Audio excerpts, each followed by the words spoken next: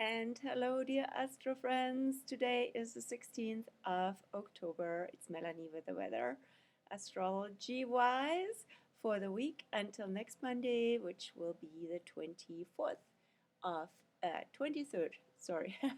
So, the 23rd of October. In other words, we are in transition from Libra to Scorpio. But before I get into that, I'd like to just do a little review of the annular, aka Ring of Fire solar eclipse that we had on Saturday. So I hope you saw the eclipse, at least partially.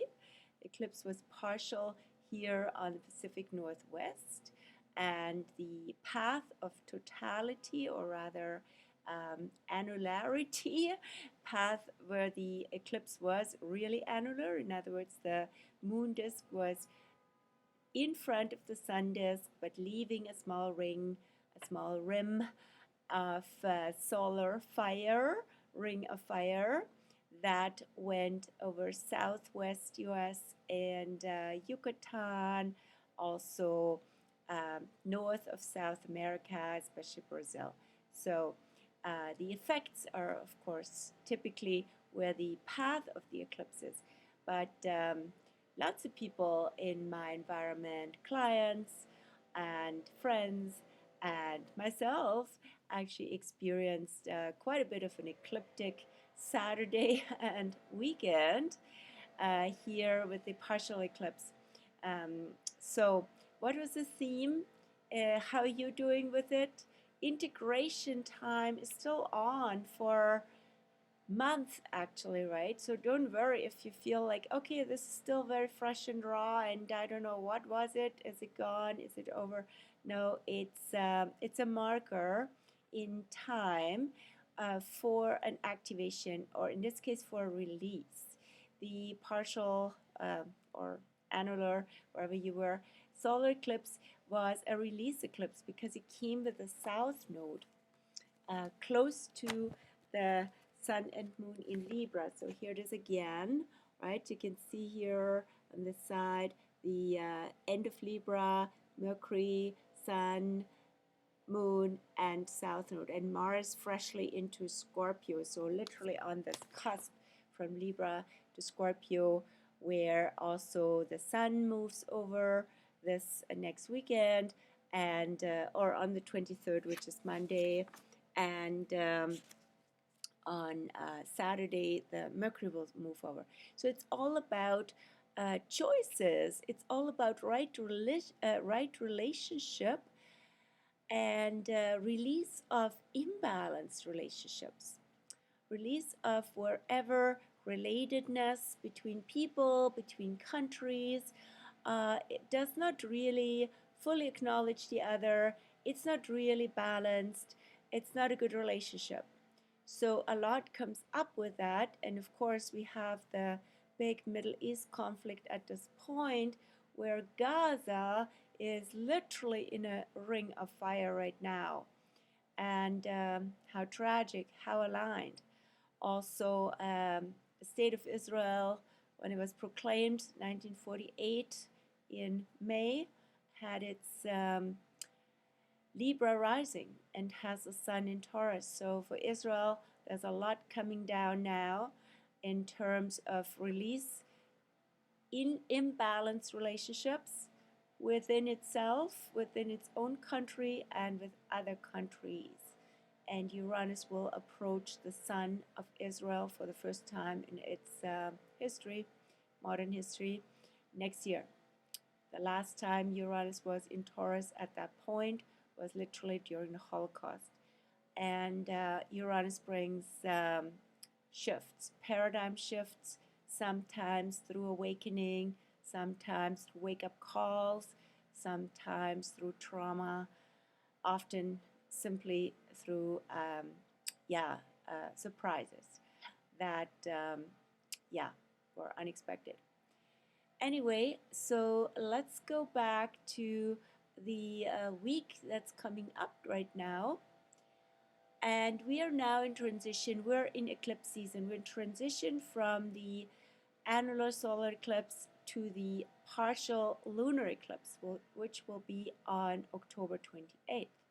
And that one will be a seed eclipse. But this week is kind of a bit of break, a bit of a breather before next week the energy is amping up for that full moon.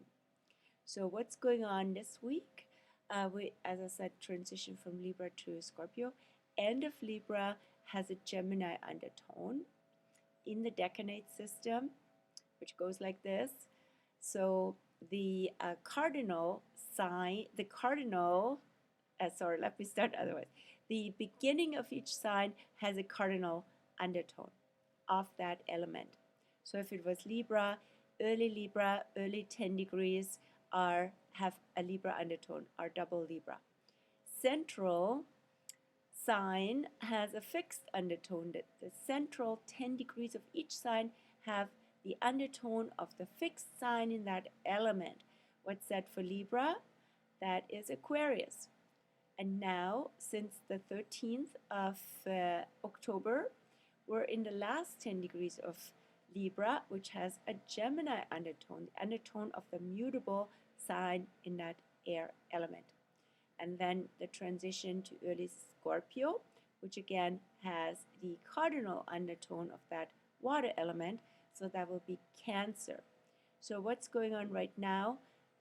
Peace, negotiations, and talks would be so appropriate. Peace, Libra, Gemini, talk and conversation, information also about equality, balance, imbalance, right? So there's a lot going on now on the mental plane. And then the energy shifts into double emotional as the sun goes into Scorpio from next Monday on. And Mercury will be then also in Scorpio by then. So there's a lot to feel on a deep level. There's a lot to process, and choices that are being made on this tipping point from Libra to Scorpio have effects and lead to change. And as we're diving into the choice, we are being changed with this. And that can apply to our personal life, to wherever Libra, Scorpio is in our charts. Can apply to relationships literally, but also to the outer, the public side, to our friendships. So choose wisely, weigh well, and look at all the implications, the components that go into the choice. And if it's a good choice, it's just like it's alchemy, right? Because like the ingredients are a good fit and it tastes really good. And it can be magical, but it can also appear somewhat scary because astrology, because Scorpio is on the horizon, and that is, the season where darkness really takes over. The days are getting significantly shorter, and that brings up all sorts of, ghosts from the past, ghosts of Halloween, and things to process. So the Libra Scorpio interface this week. Then we have also on the moon side, right, after the new moon, after the ecliptic new moon, we have now a waxing moon, and that the moon is actually today, was yesterday already, and today in Scorpio, and we'll go into Sag tomorrow just after noon, tomorrow Tuesday 12:36 p.m., and that will be the moon on a Phoenix point. The moon crosses from Scorpio to Sag. So maybe lots of process came up this yesterday, today, and as we understand more through the process, as we have grown through it, as we can have a higher perspective also, just like the eagle as the last phase of Scorpio in transition to Sagittarius is rising, and the phoenix is rising from the ashes of what has been burned off and what's not alive anymore.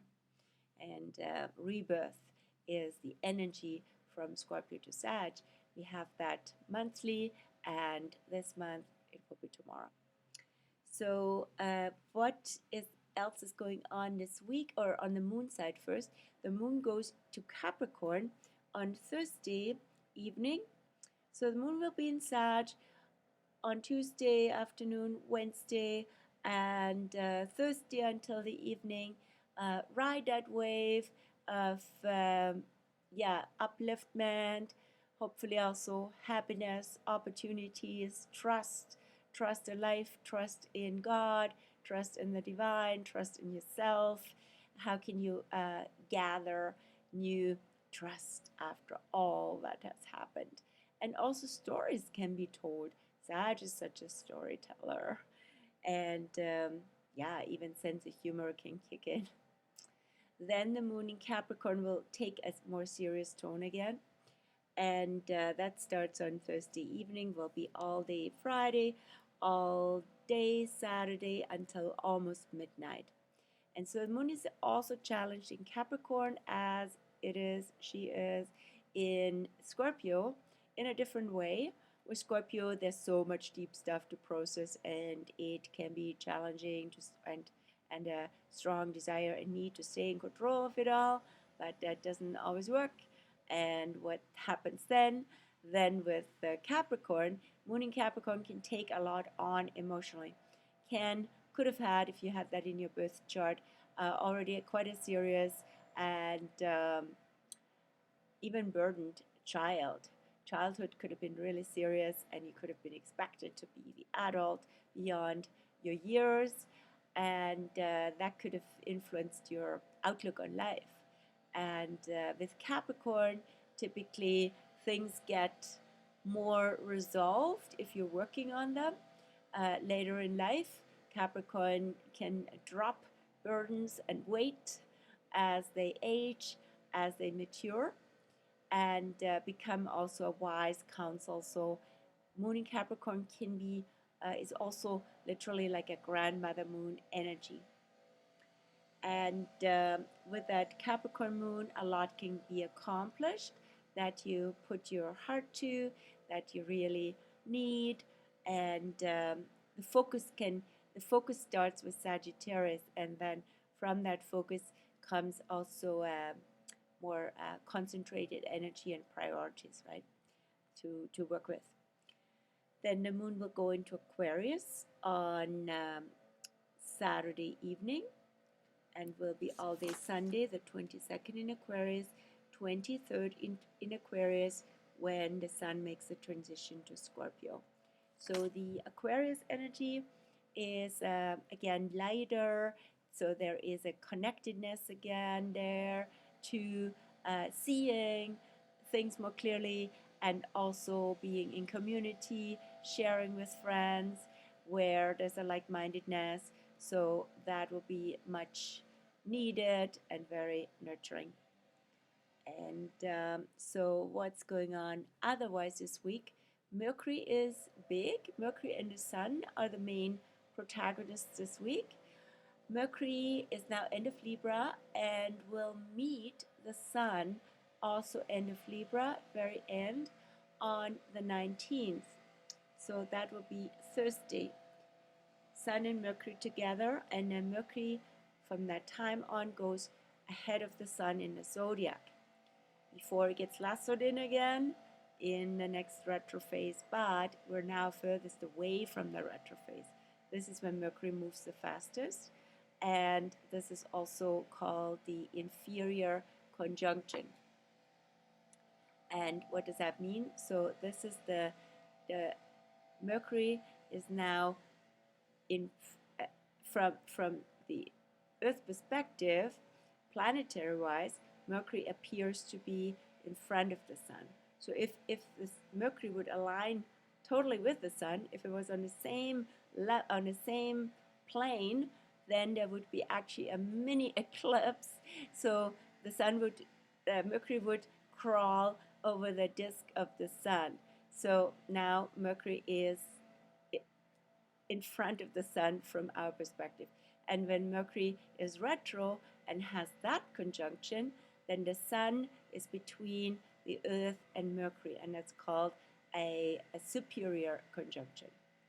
And so this is the time when the mind can get very active and a lot can happen, especially from that end of Libra perspective, which is very strategic, right? Which is really well suited for negotiations.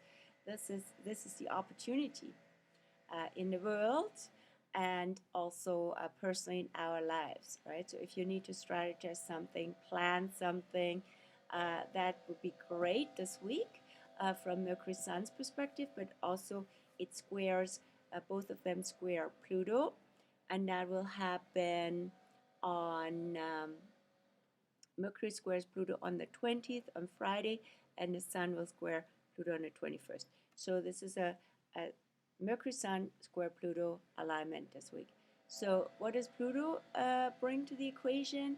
Pluto end of Capricorn, having just turned direct on October 10th, is also very active this month. So this is about long-standing issues that need to really transform. And in our personal lives, it's about how we use our time, our energy wisely, how we're not, how do we avoid to exploit ourselves, or not use or underuse our potential and our capacities. But we also want to be really resourceful and resilient and do what really works best for us, what is regenerative rather than pulls us down and wears us out, right?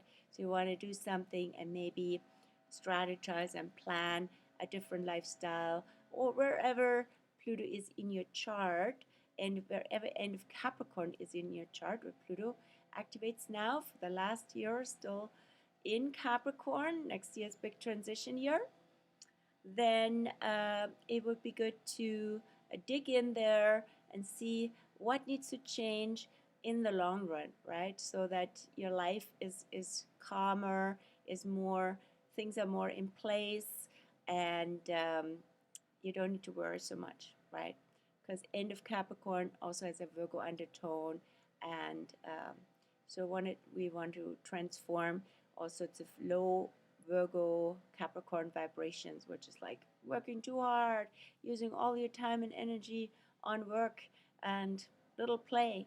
So that's also where the balance comes in from end of Libra. And the relationships also, right? So how does your life create space for relationships, and for right relationships, not relationships that drain you and weigh you down, or where you are carrying too much and stuff like that. So so the square is really significant this week. Then we have still the relatively strong retro energy on now until November 4th, which is the day when Saturn goes direct. That's for now, there's still 5 planets retro, and when Saturn goes direct on the 4th of November, it will be 4. So then it's not really such a strong gravitation to retro. But currently, there's still a lot of old processing going on from these planets: Jupiter, Saturn, Chiron, Uranus, and Neptune. So not exactly the time to move forward, rather to deal with the past in many ways and with inner themes, and they can have different tone to them and different themes according to the archetypal planets and their signs. So I'm not going into all of that, but if you'd like to explore it personally, you're most welcome to come over to a session or do a session online with me. And I also launched the invitation for the Halloween sessions on the 30th this year. I do them yearly. This year on the 30th of October. And these are 44-minute sessions, and I call them horror scopes and tarot cards.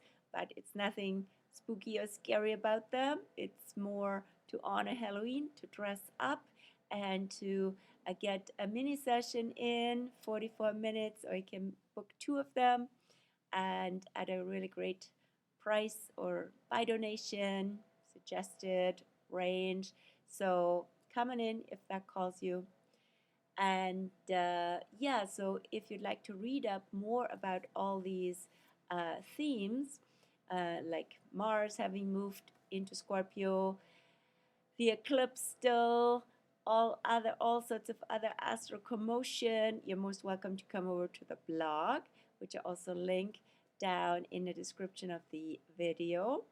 And the Astro News blog is on WordPress, or you can follow me on my Facebook page where I post daily astrology weather, or come to join the newsletter team and or recipients, I should say, right? Um, which comes your way by email for every new moon and full moon. And so links are below for all of this. I wish you a good week, a good transition into Scorpio. I see you in Scorpio unless I see you before in Libra in the real life. Take care.